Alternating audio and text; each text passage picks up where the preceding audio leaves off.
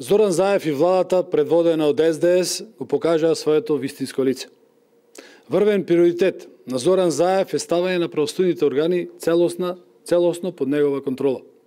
Затоа СДС веднаш отпочнаа со чекори кои водат кон брутална партизација на органите на прогонот.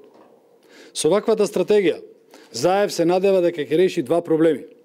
Првиот и најголемиот, да се спаси себе си и останатите од раководството од одговорност за криминалите, и вториот, да инсталира партиски послушници кои безпоговорно ќе ги следат неговите нарачки за спроведување на политички монтирани случаи.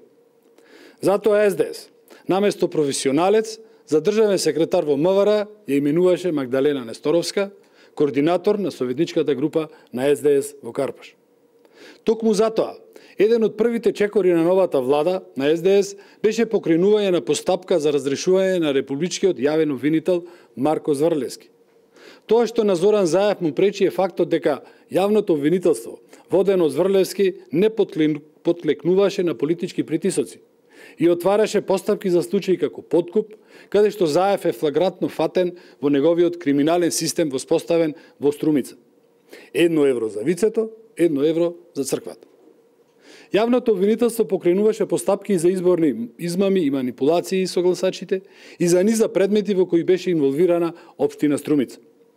Со вчерашното гласање на Советот за јавни обвинители паднаа во вода сите манипулации кои СДС ги ширеше во изминатиот период за партизираност во работењето на правосудните органи. Излезе на виделина и вистината и вистинските мотиви на Зоран Заев.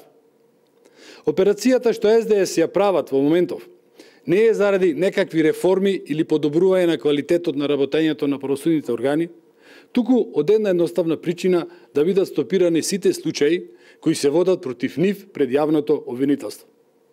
Одговорност за случаите подкуп, кирии, изборна корупција и слично мора да има. Јавноста очекува да правдата биде подеднаква за сите.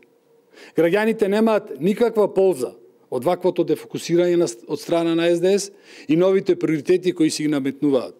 Граѓаните очекуваат исполнување на ветувањата за нови 500 километри автопат, плати на докторите од 100.000 денари, просечна плата од 30.000 денари и минимална плата од 16.000 денари.